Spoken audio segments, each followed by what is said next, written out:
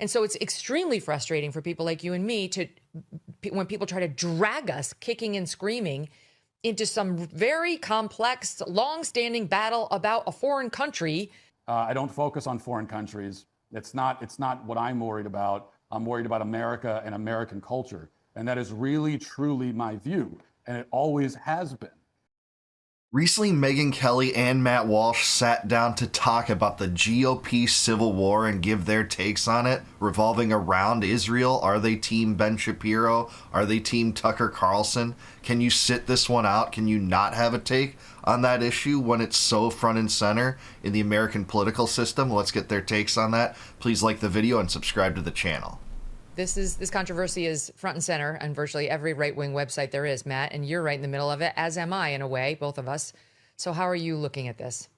Yeah, look, there's a few things here, and yeah, I do find myself, and I know that you've caught plenty of flack also in a similar way, being sort of in the middle of this, and it's, you know, look, both of those guys, Ben Shapiro and Tucker Carlson, they're both friends of mine, as I know they are you, Megyn. And so when I get this people on both sides that are constantly screaming in my ear, and it's been this way for a long time, but in particular over the last couple of weeks, and in particular over the last like 24 hours, demanding that I disavow, denounce one or the other of those guys.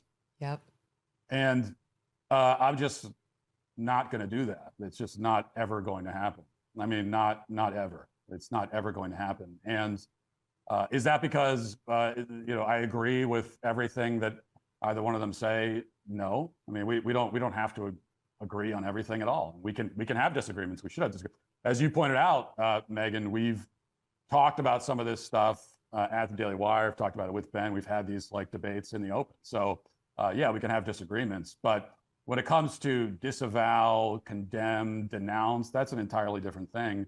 And I'm not going to do that because I don't do that to my friends. And I mean, it really is that simple. And you can either respect that or not. I don't really care. But loyalty is a principle that is incredibly deeply important to me. And so when I hear the response, oh, but you need to stand on principle. Well, loyalty is a principle. And to me, it's, as a man, it's one of the most important principles that you can hold. Okay, so here's how I'll respond to this. There's lots of things I think he said in that were very respectable. And he's right, there are a lot of people that are telling him either to denounce Tucker Carlson or to denounce Ben Shapiro. But at the same time, you don't have to denounce either of those two to take a major stand on this issue other than I don't care about foreign countries, because that is de facto partiality to the political reality in which we live. That's de facto partiality to the Israel first mentality that's so pervasive in our government. And if you're just a fence sitter and say, hey, we can sit this one out, let's talk about other issues, it's just not facing reality. People like Matt, and I think there are some good merits toward Matt. I have no reason, despite some disagreements with him, to think he's backward thinking or he's not honest or candid. But you just can't sit this issue out. It's causing a schism through the party. It's affecting America in so many ways domestically. You can't just not have an opinion on this and say, let's just focus inwardly on America. Well, what do you think our national debt comes from? It's from this mentality, this Israel first mentality. It's not just that, Ukraine first too, other issues related to that. What do you think about this inflation? Comes from that mentality. What do you think about rewriting hate speech codes? Comes from that. All these issues come from that, and I don't think you can just sit this one out. As a human being, it's one of the most important principles. And so if there's someone who I know in person, like this is not all just on Twitter. This is not, we're not just talking heads, talking to cameras. We're also like people, and we actually have lives outside of all of this stuff. And so if there's someone who I actually know and I've sat down and had dinner with them, I've sat at their dinner table, I have their phone number, I can call them. If I have a disagreement, I can call them privately and I can tell them and we can hash it out. Someone who's supported me, someone like that. The idea that I would stand in public and condemn and denounce and disavow is just totally anathema to me. I cannot do it. I won't ever do it. Not to someone who's a friend. I won't. And when someone does that to me, as has happened, I consider it to be just unforgivable treachery. Yeah, I don't even mostly disagree with this at all. I mean, I don't, take cues from people that demand that I denounce person X or issue Y, not at all. But I think, again, it's building a little bit of a false dichotomy. Not everyone's asking you to do that cares about this issue, Matt. They're asking you to stand on truth at a time when it's most controversial to stand on truth and to oppose this nonsense of getting dragged into a new war in Iran, bankrolling a genocide in Gaza, and doubling down on supporting the genocidal maniac Netanyahu at every turn. When this presidency is so captured by that, when Congress is so captured by that, when Randy Fine sits up there and says that Tucker Carlson is the most dangerous anti-Semite in America, even if you don't want to denounce Randy Fine, which any reasonable person would do, you can say that that's totally nonsense. There's no imaginable way in which that's true, that he's trying to lead a new Hitler Youth movement. It's so absurd. And even if you want to protect your relationship with Randy Fine, if you have one, you don't have to denounce him. You can say that's retarded, not him. That's absurdly retarded. And I've had this happen to me where I say something and, sure, people can disagree with it. I say a lot of things people can disagree with, but I'll have someone who I know personally and they have my phone number and they could just call me. But instead I go on Twitter and I see that they've issued this denunciation. And it's like, dude, I just saw you a week ago. What's going on here? That's absurd. I can't disagree with that. That's utterly absurd. When you could actually talk to the person, can't disagree with them on that. I consider that to be just treacherous, and I'm not going to do that to anybody else. I will just never. Mm-hmm. That's the first thing. And the second thing also, and one of the reasons why I'm catching a lot of shit is that my stance has been that I want to focus our fire, metaphorically, on the left, that we are dealing with people who truly want us dead. And they just killed my friend, your friend, Megyn, and Charlie. And they spent 2 months, they're still celebrating it, dancing on his grave. And so that's what we're dealing with. And that's where I want to focus. I mean, I think it was a day after Charlie was killed, I put out a tweet where I said this, where I said, look, I'm not focused. I know there are a lot of disputes and debates on the right, and I'm not saying that they're totally unimportant, but I want to put that all off to a different day. And right now, it's very clear who the enemies are, and they are the people who are trying to kill us and want us dead. And I want to focus on that. And I said that a day after Charlie was killed, and the response I got was wide agreements. I mean, there were a few people that were upset about it among conservatives, but it was almost 98% approval to that sentiment a day after Charlie was killed. The tweet got 150,000 likes or something like that. Okay, so here is where I will push back a little bit. There's no doubt you should oppose people that want you dead, but I'm sorry, the left as an aggregate did not kill Charlie Kirk. Whatever narrative you believe, it is either this kid they have or a conspiracy involving him or a conspiracy out of that. We won't parse that. We have other videos on the channel talking about that. But whatever you think, it wasn't the left in terms of 35% of the American populace that killed Charlie Kirk or want you dead.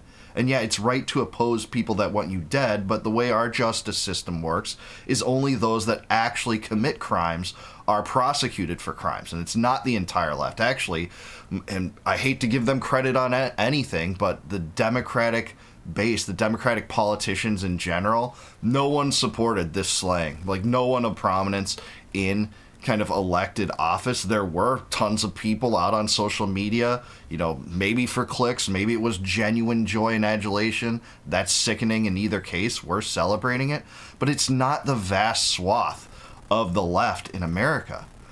And this is just so insane to think, again, that you can just sit this one out. This is tearing our country apart, this Israel first mentality. You can't just be like, I'm just going to put this off into a shelf somewhere or lock it away in a vault and focus on all other issues, because that issue is what's so glaring that people are talking about.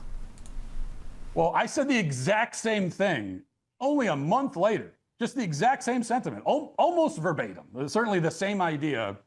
And the reaction was 180 degrees the opposite, where rather than wide agreement, it was everybody screaming at me on both sides.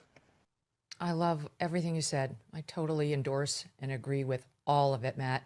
It's been so frustrating. And I've been thinking about, there's this young podcaster who's just starting out, a female, and she got attacked recently. And I sent her a text saying, here's what you need to know. The right will attack you, but it'll be temporary and fleeting, and they'll move on. And when the chips are down, they'll have your back. They will have your back. The left will attack you and will actually want you dead. They will want you destroyed and or dead.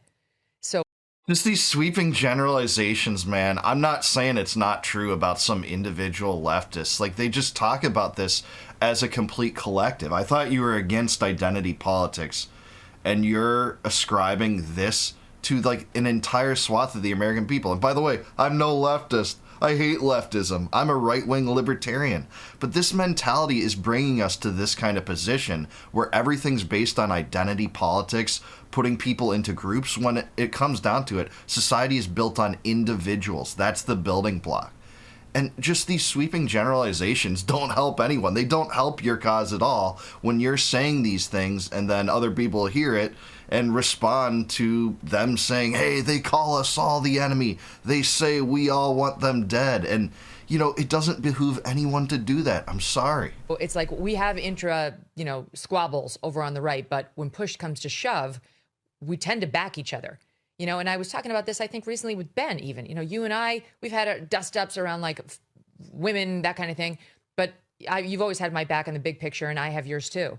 And same with Tucker and Ben with respect to you and with respect to me. Those two really don't like each other for other reasons. But to me, it's so sad to see, like, the right-on-right violence, rhetorical violence, because we need each other. Those two are both huge powerhouses. And, we don't want a house divided when we're fighting the true enemy, which is these radical leftists. But that's not the way that they see it. Ben Shapiro sees Tucker Carlson as the enemy. He said in a recent video that he's cultivating some, Holocaust denial cause or some kind of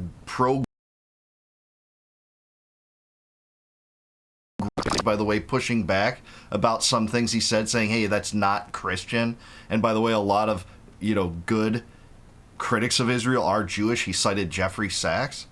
That's not the way people like Ben Shapiro see it. They don't see it as right versus left. They see it as Zionist versus critics of Israel. That's his more important dichotomy, not whether it's left fighting the bad fight against the right and the good fight. It's Zionism versus the rest of us. That's his paradigm that he's built. And I think what they're really fighting over is Israel. When you boil it down, they're fighting over Israel. I know people call Tucker an anti-Semite. I genuinely don't believe that. He's gotten very critical of Israel, and he's allowed to have those views. And Ben is very defensive of Israel. He'll criticize Israel too, but as a general matter, he's okay. I want to see this. I want to see proof of this, that Ben Shapiro will criticize Israel. I'm not saying he might have said, hey, maybe their taxes should have been 1% differently in this bracket. But I don't think he has ever tangibly criticized Israel. I want to see proof of that one. He's defensive of Israel. And I just feel like, how are we letting that issue? Yes, it does relate to America. Yes, right now it's very much in the news. But it's like such a small percentage of what we need to be worrying about. Like when you look back, you zoom out at America and its problems. This is not even in the top 3. And yet we're spending so much energy on it, more than I think is warranted. And I think you and I in particular may be feeling that because your show, like mine, does not really focus that much on foreign policy. We're worried mostly about America, about politics in America, about culture wars in America. We don't get neck deep into like exactly how the IDF is fighting its foreign wars, And so it's extremely frustrating for people like you and me when people try to drag us kicking and screaming into some very complex, long-standing battle about a foreign country that we're really not covering day to day. Okay, well, I think this is pretty utopian to believe that it's not a top 3 issue, and I'm not anyone to tell anyone how to prioritize issues that you care about, because I do that differently than people like Matt Walsh and Megyn Kelly would. But vast swaths of the American people see this issue and all interrelated issues. Like I said at the beginning of the video, there's all sorts of interrelated issues with this as a top 3 issue, for sure, especially when you see those polls that show a 50-point swing in terms of support for the Palestinians since October 7th. They don't want their own country to be complicit in a genocide. That's what we're talking here. This is not an issue that's, a bottom tier issue that you can just, again, lock away in a vault. It's just not. It's what Americans are paying attention to. It creeps into the mayoral race where Mamdani had comments on it. His opponents had comments on it. It creeps into disaster relief policy in the U.S. where if you're critical of Israel, you can't receive that now because of the Trump administration. It creeps into having Netanyahu come into our White House, roll out the red carpet for him, 3 or 4 times since Trump got in office? These are real issues, man. We've lost our sovereignty because people don't think this is a top 3 issue. Yeah, and I have been, there are things I've changed my mind about, and that's part of being a person, part of being a human being and having a brain to change your mind on stuff. And my views have evolved on certain things over the years. But I think for the most part, I have been, very consistent on most things. And if anything, if you want to criticize me, you should criticize me on that end. Like, if anything, I'm too stubborn and unwilling to change my views on things. And the more that you scream at me to change my view, then the more likely I am to just hold on to that view, sometimes out of spite. I'll admit that I do that sometimes. That's just how I'm wired. All that to say, when it comes to Israel, my position on this has always been the same. I mean, you could go back to the days when I had a blog that hardly anyone read back in like 2013, and you'll find the same sentiment. And the sentiment is this: I don't care. Like, I just don't care about this foreign country. I really don't. And that's why the other thing, if you go back and you go check my record, what have I said about Israel? What you'll find is that I've said very little about it. That's the other thing. It was I very rarely talk about it. I had a blog that I ran independently for 2 years. I didn't work for anybody, and I had, I think, one post about it, just one of hundreds, just one time. And it's always been that. No matter where I've worked, no matter if I worked for myself or anyone else, I rarely have ever talked about it. And the reason is that I just don't care. And it doesn't mean that you can't care, right? It doesn't mean that other people can't care. It doesn't even mean that it's not important, sort of objectively. It's just not important to me. It's not what I focus on. I don't focus on foreign countries. It's not what I'm worried about. I'm worried about America and American culture. And that is really, truly my view. And it always has been. And that's fair. There's lots of things, again, that are fair about that. But at the same time, it's partiality to the status quo when you're going to say, I don't care about issue X. I'm not going to take a very strong stance on issue X at the time it's most controversial. It'd be like saying, hey, I don't care about the COVID regime.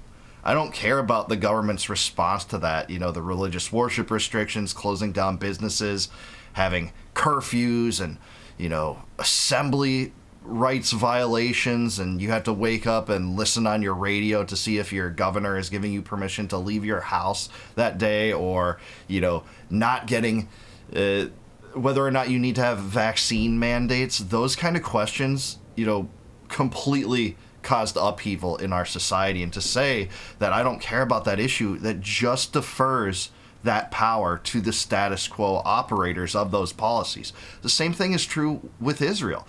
Matt's generally right, actually. I've followed him a little bit throughout the years. I don't know a ton about him compared to some other people, but he has been pretty consistent about this, including the beginning of this year where he says, countries that cannot function without U.S. aid should simply not exist. And, this was taken to be controversial from a lot of people because he works at the Daily Wire. He works for Ben Shapiro. So, this guy's saying, do you support ending aid to Israel as well then, Matt? And he said, yes, I said all, didn't I? So he's literally confirming that that's his position regardless of country. But when there is this big battle that spills into domestic issues, foreign policy, issues of American sovereignty, and accusations of anti-Semitism, which are focused inwardly on the right, which, you know, he presumes to care about, I don't think you can just sit this one out. I don't think you can just say, I don't care, and then hope it goes away. You know, conservatives are really good about saying, like, so many of the views of leftists are utopian, and I don't even necessarily disagree with that. In fact, I agree with that. But then when you're going to say, like, we can just compartmentalize this issue and forget about it and wish it away and focus on the left, when that's not the direction in which the American people are moving. They are moving toward caring about this, regardless of people being on the left or the right. This is probably the most powerful single-issue coalition that especially dissidents can unite on right now, is opposing AIPAC, opposing the Israel lobby, opposing the Israel first mantra in our government. And you're just going to say, let's keep it to left and right. You're living in an old paradigm that more and more is stopping to exist. But I do want to hear from you guys on this. Is this right? Have I been fair to these two? Do you think you can sit this one out? You know, are they going to always sit this one out? Is Megyn Kelly and Matt Walsh going to keep doing this forever without taking essentially a side on this matter, when accusations of being the most dangerous anti-Semite in the world and being, you know, the organizer of a Hitler youth movement, that just comes out in public from a U.S. congressman? Let me know down below. Please like the video, subscribe to the channel, subscribe to Megyn Kelly. Definitely don't agree with her on this one. Don't always agree with her at all. But, you know, she's a candid person. Glenn Greenwald respects her. That's good enough for me. If you like this video, also please consider becoming a YouTube member. You can do that by clicking the join button below. If you do that, you can help support this channel, and in return, I'll give you access to all of my videos before they go live to the general public on YouTube. Also, for a free copy of my first book, Compactor the Republic, click the link in the description below, and you'll plug in your email. It'll shoot it out to you in an email. And until I see you guys next time, no more war, no more debt, no more inflation, and no more empire. Peace out. Catch you in the next one, guys.